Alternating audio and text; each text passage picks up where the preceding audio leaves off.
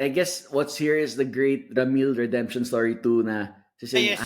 Okay. he's no longer the top coach in Philippine volleyball. It's Coach Tai Kasi nga now. they won back to back kay Coach Tai. Net back si Coach Tai nun eh.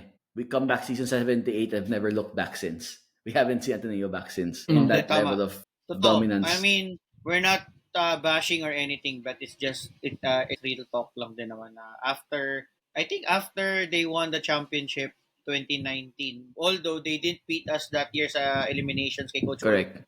Then after that wala na, it was downhill from there for Correct. It was great because everyone was saying that it was really the changing of the guard. This is the new dominant force in volleyball, and Coach Ramil, KKD, Majoy showed what we were made of in the South.